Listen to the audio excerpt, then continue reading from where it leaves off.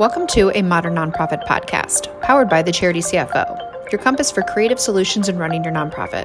I'm Tosha Anderson, your host and guide through this nonprofit maze. From fundraising to volunteer management, we've got your back. Join us each episode for fresh, game-changing strategies that can make a real impact.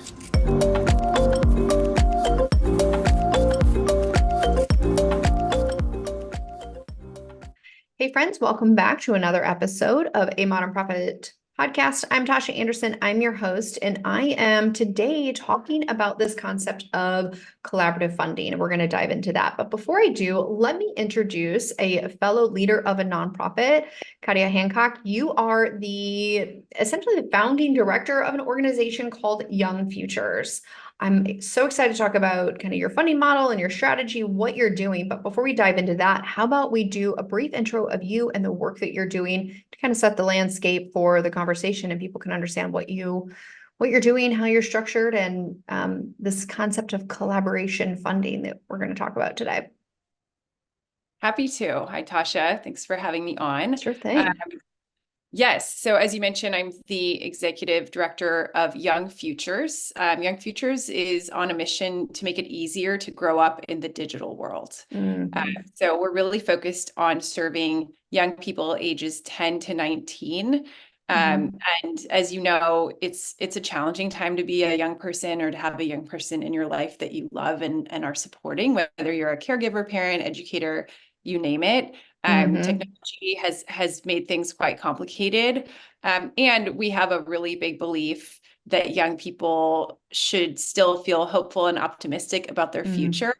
And that there is a whole ecosystem out there of people and organizations that are building and distributing solutions for young people to help them thrive in this tech-filled world. And so our ethos is all about lifting up and providing an ecosystem of solutions. So we're actually funders ourselves. We give out grants to nonprofits and grassroots orgs that are out there on the front lines, helping young people with various aspects of youth well-being as it relates to living in this tech-filled world. So we run 2 funding challenges a year.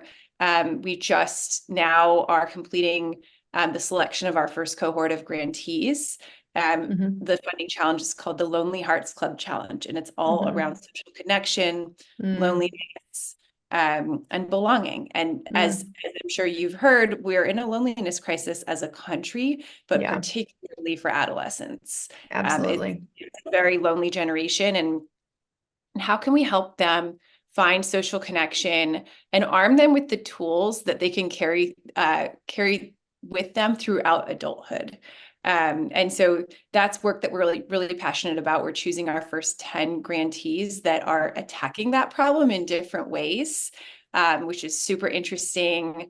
They're building community and helping young people find belonging around different areas of their lives. And then we are supporting those grantees through something called Young Futures Academy. And it's a 6-month accelerator for nonprofit leaders and helping them level up what they're doing. So the goal really being, let's come in and be a wind at the back of the folks on the front lines who are doing the hard work. And let's build a growing community and ecosystem over the next 5 years. We would love to support at least 100 nonprofits and really lift up space. And I can give you a little background on myself because the work that I did prior to Young Futures really informed some of the strategies that we're implementing here in terms of ecosystem building. Sure. Yeah, please do.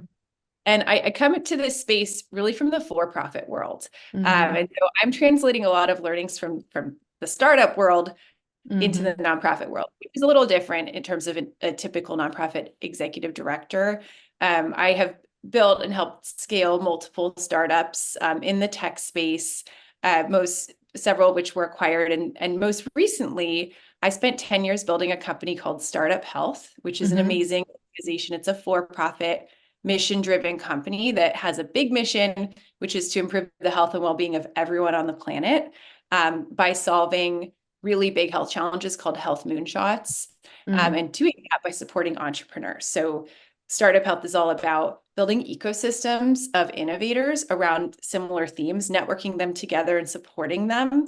as they figure out how to move the needle on big things like ending cancer or bringing access to care to everyone on the planet, mental health, children's health. So fast forward today, Startup Health has over 500 portfolio companies in 30 countries. Wow. And a lot of the DNA that I really developed through that experience over the past decade, I'm bringing over to Young Futures because I said, really believe in the power of building ecosystems around a shared mission in order to achieve a really big goal. And that includes building an ecosystem of funders Right. and advisors around those particular missions. So at Young Futures, I'm just really excited to go deep on this one single mission that I couldn't be more passionate about. I'm a parent myself. I have a 7-year-old and a 9-year-old, and we're entering this phase, faster than I ever imagined.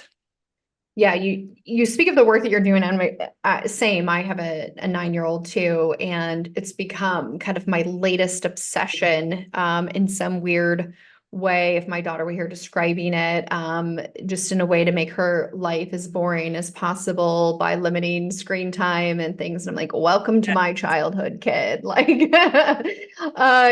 this weird new way of parenting where it's like you cannot get on your screens, but you can go outside and play. How about that? Yeah. So I love the work that you all are doing. And what I'm especially interested, I mean, aside from the amazing work, and obviously no one would dispute the work is needed, but I'm especially interested in today's conversation about kind of how you all are structured. I mean, this is a massive problem, right? This is a massive problem, something that's going to need a lot of collaboration to help solve. And that's exactly what you all are trying to do with a bit of your funding.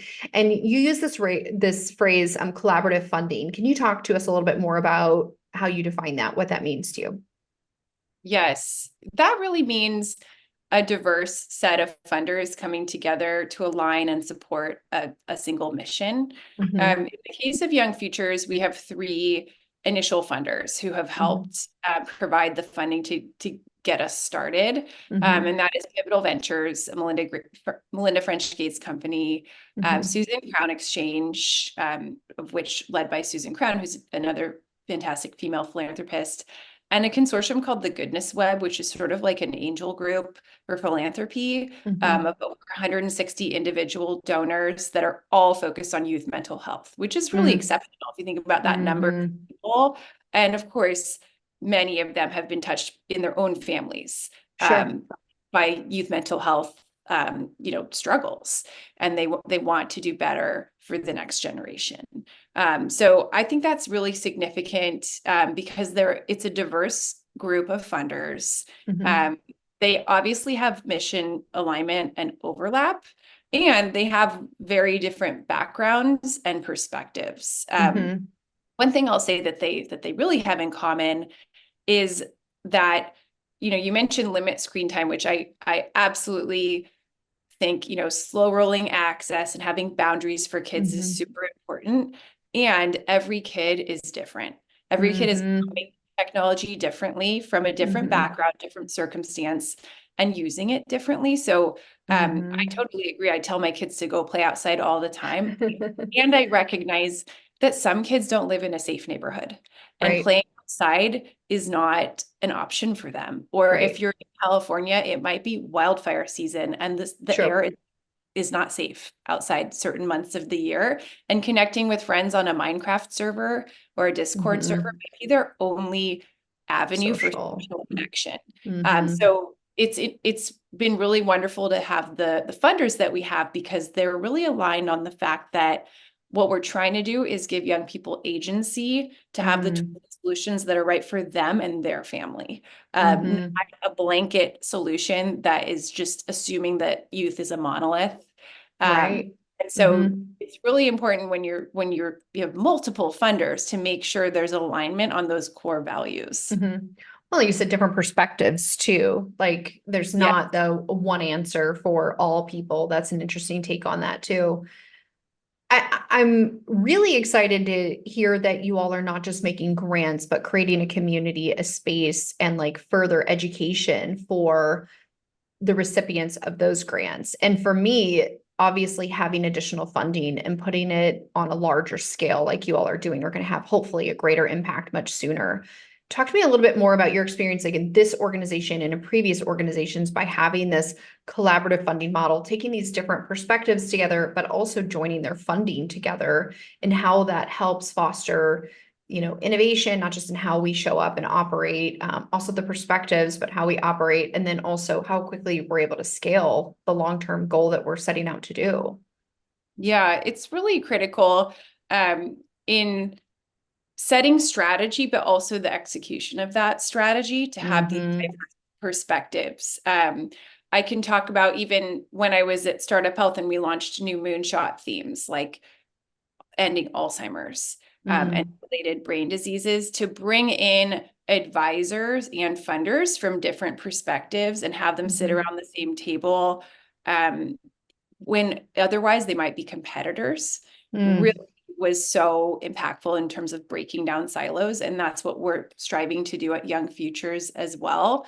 And just the fact that each of these funders has incredible people, working there and supporting our project with very diverse backgrounds. So at Pivotal, our main funder is a woman named Kelsey Noonan, who leads all the adolescent mental health work.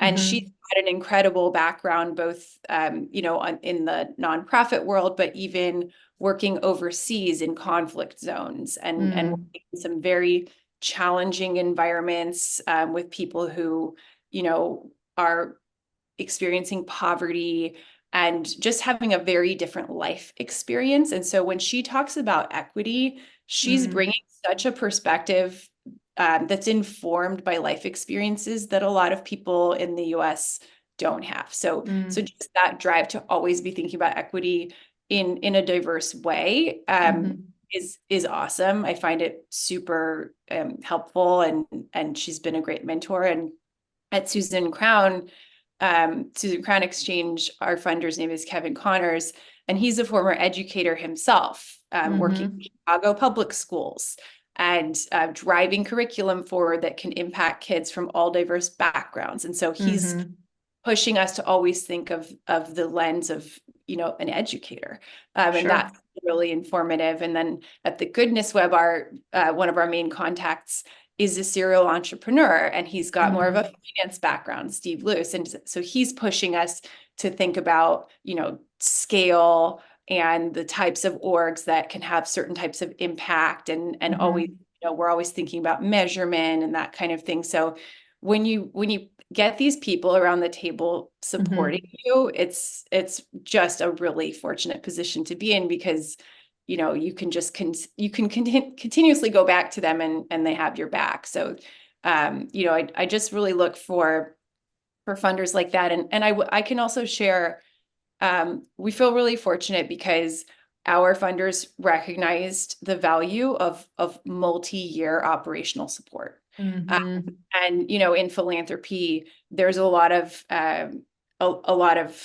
talk around sustainability and single year grants, and to start our first cohort, we are giving a 1-year grant to our grantees, and we definitely have an ambition to be able to scale to give multi-year funding, because I'm personally finding in the first year, it's been just 6 months since we launched and started building Young Futures. And in that time, we built a brand, we built a team, we launched the org, we launched our first funding challenge.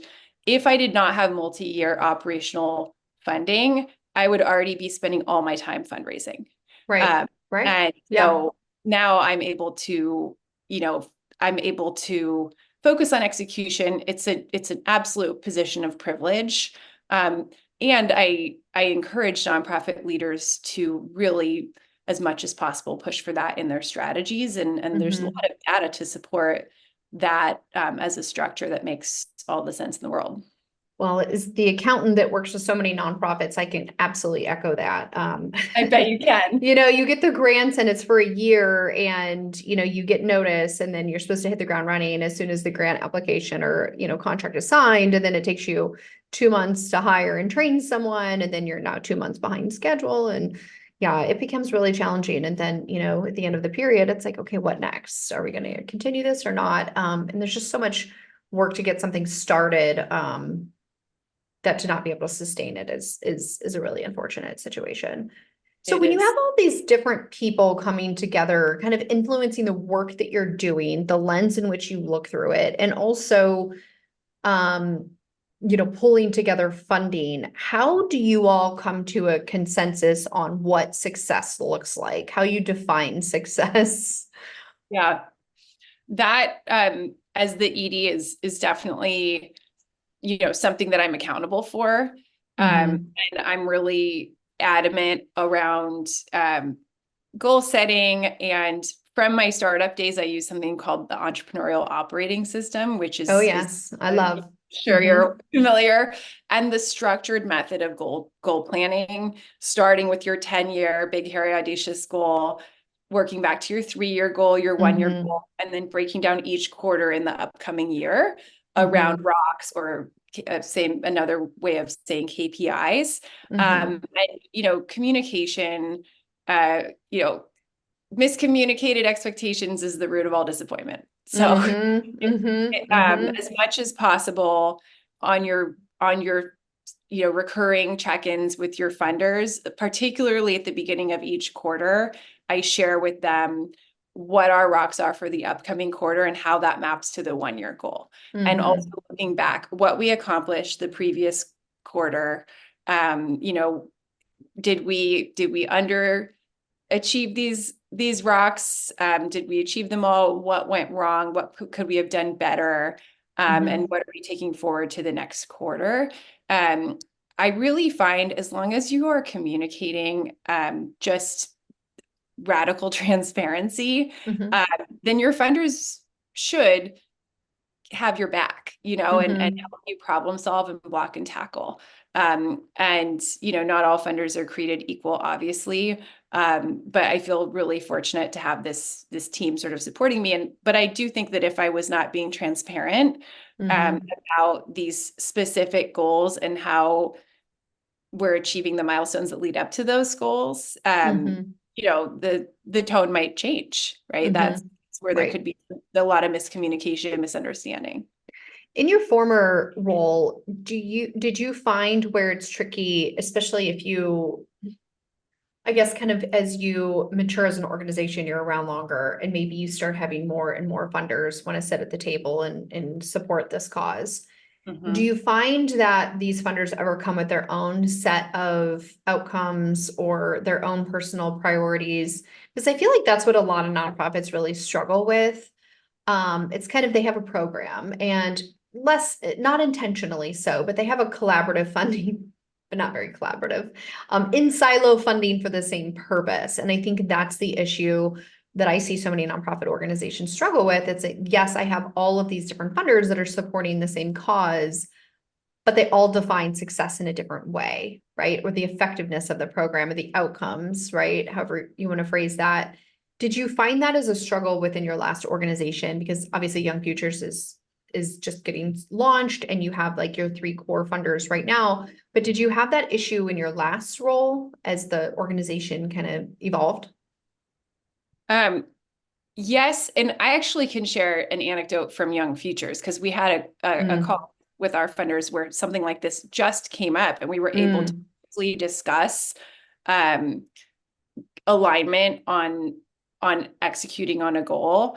So mhm, we were talking about, we've just are in the process of choosing our first 10 grantees, and we had about 200 applications come in. So going mhm, from 200 down to now we're interviewing the top 20, and then we will select 10. And one of our funders talked about, well, in terms of impact, are we hoping to have as many as possible that have a national scale? And mhm, can support as many young people as possible.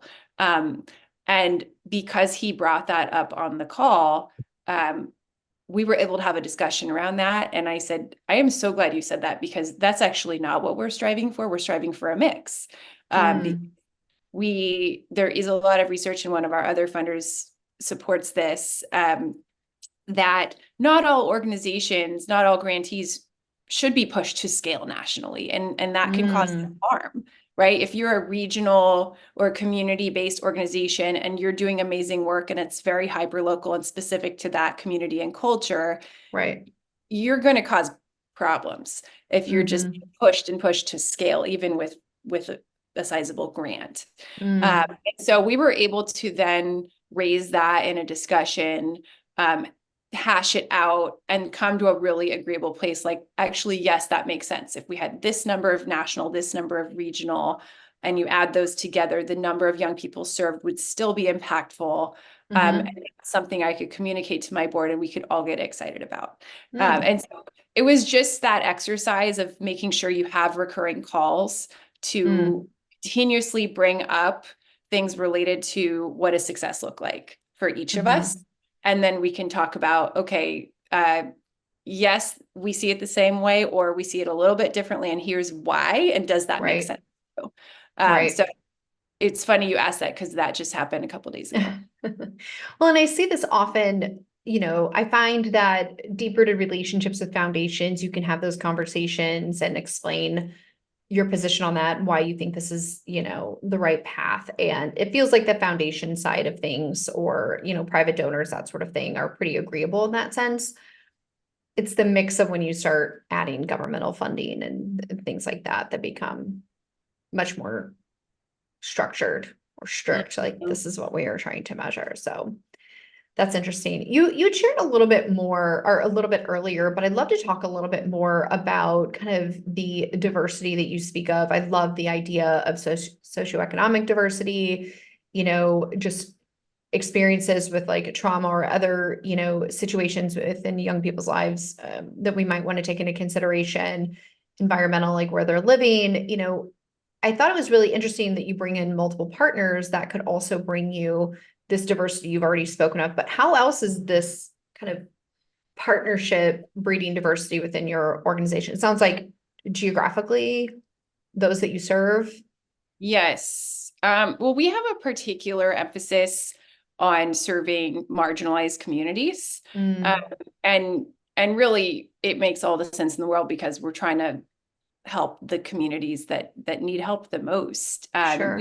know in terms of mental health outcomes that, for example, LGBTQ plus youth are particularly vulnerable. Hmm. Um, in the past year, 41% of LGBTQ youth seriously considered attempting suicide. Hmm. That's per the Trevor Project. So that numbers like that are just devastating. Yeah. Um, at least 50% of youth and young adults of color experienced moderate to severe depression or anxiety in the last Hmm. year. So, these numbers are higher Right. Sure. than white identifying young people. So we as young futures are particularly focused on those communities, and Hmm. fortunately our funders are very aligned, and those are priorities for Pivotal, Susan Crown, and the Goodness Web as Mm, well. And then because we're actually building at Young Futures on a body of work that Pivotal and Susan Crown have built, since about 2018. They've been funding work in the youth mental health space, oftentimes together, mhm, initially around landscape mapping and field building and research, and then into mm, programmatic funding. And they've done a lot of funding in marginalized communities and to affect change with youth of color, for example. And so we've been able to learn a lot of lessons from them about what's been effective. So when you have funders who have a big body of work in your space, it's a huge mm. asset in terms of networks and expertise. Well, I think you bring up kind of an interesting point on your funders. Like, do your funders look differently from the perspective of like where they're coming from, like what communities they serve, what populations of people are they most interested in, just to make sure that you're capturing all of the years. I just work with several family and children's social service organizations that I can see as I'm really like looking at it in a more critical lens as you kind of speak about this, that I don't think there's that voice that's focused on diversity. And I'm talking about like even in our metro area, like all the different areas that are probably at the highest risk, also Mm, taking into consideration different populations of kids that are in need and feeling isolated or lonely because of their differences or their whatever makes them, it's difficult to connect, right? Where they live or their anything. I could see where having different people at the table that are also funding and wanting different priorities, or at least, hey, have we thought about this? Have we considered this? And if not, how do we make this part of what we're doing? How do we invest more time into this particular part of our region or with these particular children? I could definitely see where that would be a huge benefit. It is, Interesting. with funders and also the team that you build. So Mhm. the program manager at Young Futures is a woman named Sierra Foxwoods, and she was previously program manager of a fund called Upswing Fund, which was Mhm. really funded as a response to COVID, Mhm. help communities of color, young people of Mm. color. And so her work is just has always been so driven by equity. And so to have her leading the grantee selection process, Mhm. there's never a time where we're not talking about how we're serving those communities. And so Mhm. it's funders, but also the team that you put in place and the Sure. value alignment that you all have. So Mhm. that to me is just as important because you're in the day to day in the trenches together. So there's definitely a lot of perks, I think, or upside to, kind of evaluating this collaborative funding model. I'm sure this would pique the interest of many people to have, large players invest in multi-year sustainable funding models that will serve one primary focus or, a group of, priorities, if you will. I think many people listening to this podcast would say, yes, this sounds like something I would love to have bigger conversations or maybe meet with some key donors that I know are aligned in what they want to fund or even kind of initiating these conversations. What advice would you give to a leader of a nonprofit that is interested in kind of getting this started? How do these conversations even start? Well, oftentimes funders have kind of their key players that they often co-fund with. Mm-hmm. So if they've done a couple projects together, your best fundraising network is going to be the network of your funders. Mm-hmm. So the more you can ask them to make those introductions and help you expand your network, the Interesting. Yeah. better.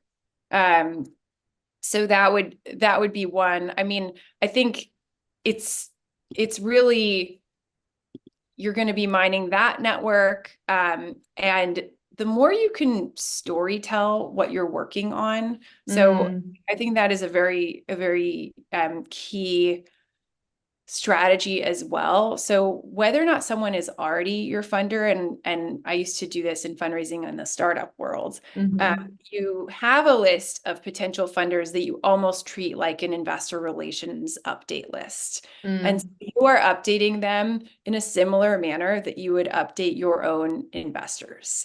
mm, So every quarter there's an update on your progress, on the impact you're making, on what's coming, et cetera. And you're building that list as you're building your network. Um, mm, and that's just a general fundraising strategy. But you want to lean on your funders or the folks that you already know are interested in funding you to say, who else do you think should sit around this table with us? And mm, make sure they are on that list and that you are, it's trust me, I know that time is a scarce resource, and mm-hmm. people listening to this are probably thinking, I do not have time to do yet another update. Right. But it pays dividends, Mm. to treat your network that is not yet your funder, sort of like they're already your funder in terms of Oh, I love in, that. in terms of updates and communications. I love that. And, I think when we think of updates, we're thinking of, the obligatory, like quarterly report that we have to fill out and attach, our budget to actual or something. What does that look like for you? I mean, obviously Mhm. they've never asked for anything. Is it a phone call? Is it a video Yeah. chat? I mean, how do you do that? Or how have you done that in the past? Yes. So for me, it's more about storytelling. Mm-hmm. What do people resonate with? They resonate with Mm, stories that they can relate to. Um, this is something that I'm going to be kicking off more in earnest after we have our first cohort of grantees. mm, Because mm-hmm, right mm-hmm, now, this the stories that we have to tell are about selecting grantees and our mission and our strategy and what Young Futures is all about. Sure. And I'm just so excited to have our first cohort, and then I want to tell their stories and the impact they're making. And imagine if you could extrapolate, here's 10 grantees. What if we could support 100, Right. And that is what we plan to do. But what if we could scale even that, just the amplification of that impact? So for me, it's about storytelling. At Startup Health, we were really inspired because Startup Health built its own storytelling engine to tell the stories of its entrepreneurs. By Wired magazine, and a friend of mine here in Berkeley is Jane Metcalf, who was the founder of Wired magazine. And what they did was they turned boring trade mags about computers into consumer-friendly, exciting stories about computers. And that's something Startup Health does around health innovation, and that is something that I think is really ripe to happen in the nonprofit world around youth well-being and youth mental health, which is, what are the stories of progress being made that are helping young people? Because you and I know as parents, all we hear is the bad stuff. All we hear are the scary stories, and we all need some stories of hope and solutions. Yeah. We want to hear some wins, and we want some tangible tools that we can take into our own homes. And so we need to tell these stories in ways that are really easy to consume. And so that's something we're going to be building up at Young Futures too, is how can we make our grantees rock stars? Shine the spotlight on them that they deserve, because they're out there doing the work, and then disseminate their solutions out to teens, preteens, and their families. What an awesome, inspiring, goal that you all have set. And I'm really excited to follow along. And I work with a lot of organizations that are kind of in this space working with youth, especially mental health. So I'm especially invested in this story. Katya, if anyone wants to follow along, connect with you, follow along with the organization, see the impact, or maybe even apply for a grant at some point in the future when the next funding cycle opens up, what's the best way people can connect? Thank you, Tosha. Our website is youngfutures.org. They can also follow our Substack, which has all the latest, youngfutures.substack.com. And they can also follow us on LinkedIn, Young Futures org on LinkedIn, where we post lots of updates and articles about what we're learning on the front lines of these innovators around youth well-being. And this is a big challenge, helping young people grow up in the digital world. It's something almost everybody is concerned with and worried about. So it's going to take a village. And if you are working in this space, we want to hear from you, and we want to support you. We want to lift you up. So please reach out. Well, you heard it, everyone. Reach out, follow youngfutures.org on social media platforms, check out their website, especially if you're in this space. Thank you so much for joining us today. This has been such an interesting conversation, not just on the work that you're doing and the solutions you're trying to find, but also supporting nonprofits in the work that they're doing. And then kind of talking to us a little bit more about this collaborative funding model, where I think so many other organizations can benefit from this. So again, thank you so much for joining us. Thank you for having me. And to everyone listening, you know the drill. If you want to go ahead and engage with the content in some way, it helps other nonprofit leaders find this content just like you did. So like, share, subscribe, whatever it might be, depending on whatever platform you're on. It's been so great having this conversation. We'll see you next time. That's all we have for you today. Once again, I'm Tosha Anderson with the Charity CFO, and this is a Modern Nonprofit Podcast. Make sure to subscribe to A Modern Nonprofit Podcast on all major streaming platforms so you will stay notified for when the latest episode drops, which will help you stay in the know about anything nonprofit related. Also, join our community on Facebook by searching for A Modern Nonprofit Podcast and follow us on all of our social media accounts. Thanks for listening, and I'll see you next time.